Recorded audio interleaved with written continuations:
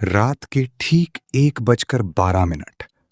कश्मीर की ठंडी हवा, पहाड़ों के बीच फैली गहरी खामोशी, और उस खामोशी में खड़ा एक जवान अपनी पोस्ट पर तैनात।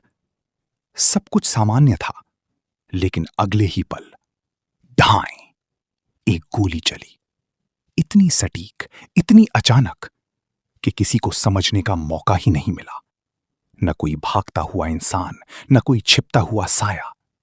बस एक जवान जमीन पर गिर चुका था। और उसी रात एक नाम पैदा हुआ, अननोन गनमैन। कश्मीर, जिसे दुनिया जन्नत कहती है, वहीं की रातें कभी कभी ऐसी कहानियां लिखती हैं जो किसी को दिखती नहीं, पर सब महसूस करते हैं। ये कोई एक घटना नहीं थी। कुछ ही हफ्तों में ऐसे कई हमले सामने आने लगे। हर बार वही पैटर्न। रात गहरी होती, जवान अपनी पोस्ट पर होता, और अचानक एक गोली आती, सीधा सिर या गर्दन पर। हमलावर हर बार गायब, जैसे वो कभी था ही नहीं। शुरुआत में इसे एक सामान्य मिलिटेंट अटैक माना गया, लेकिन जल्द ही सच्चाई कुछ और ही निकली। ये कोई रैंडम फायरिंग नहीं थी। ये था एक कैलकुलेटेड, प्लान्ड और बेहद सटीक हमला। एक ऐसा हमला जिसमें गलती की कोई जगह नहीं होती। इन्वेस्टिगेशन शुरू हुई। जगह जगह टीम्स भेजी गईं। घटनास्थल को घेरा गया। हर एक निशान को ध्यान से देखा गया। लेकिन अजीब बात यह थी, ना कोई क्लियर फुटप्रिंट, ना कोई कार्ट्रिज शेल, ना कोई मूवमेंट का एविडेंस। बस एक गोली और एक लाश। धीरे धीरे पैटर्न समझ में आने लगा। हमले हमेशा रात में होते थे, हमेशा लॉन्ग डिस्टेंस से, और हमेशा एक ही गोली में काम खत्म। यह किसी आम अटैकर का काम नहीं था। यह काम था एक ट्रेन्ड स्नाइपर का। स्नाइपर यानी ऐसा शूटर जो सैकड़ों मीटर दूर बैठकर अपनी टारगेट को बिना दिखे खत्म कर दे। वो नजदीक नहीं आता, वो आवाज नहीं करता, वो बस इंतजार करता है सही समय का। लेकिन यहां मामला और भी खतरनाक था, क्योंकि ये स्नाइपर कभी दिखता ही नहीं था। न उसकी पोजीशन पता चलती, न उसकी मूवमेंट। हर बार वो अटैक करता और फिर अंधेरे में घुल जाता।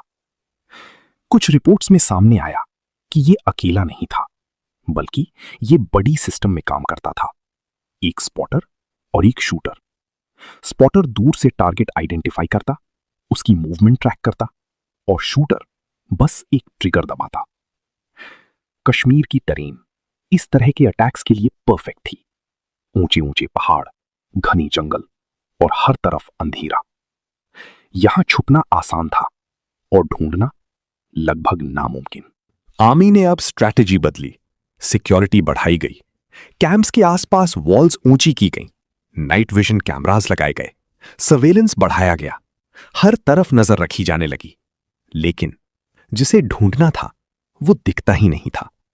कई बार सोल्जर्स ने महसूस किया कि कोई उन्हें देख रहा है, लेकिन जब वो मुड़कर देखते तो वहां कुछ नहीं होता, सिर्फ अंधेरा।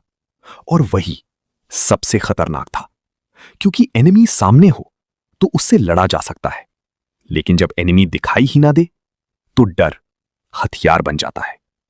एक जवान ने कहा था, हमें पता है कि कोई है, लेकिन हमें ये नहीं पता कि वो कहां है।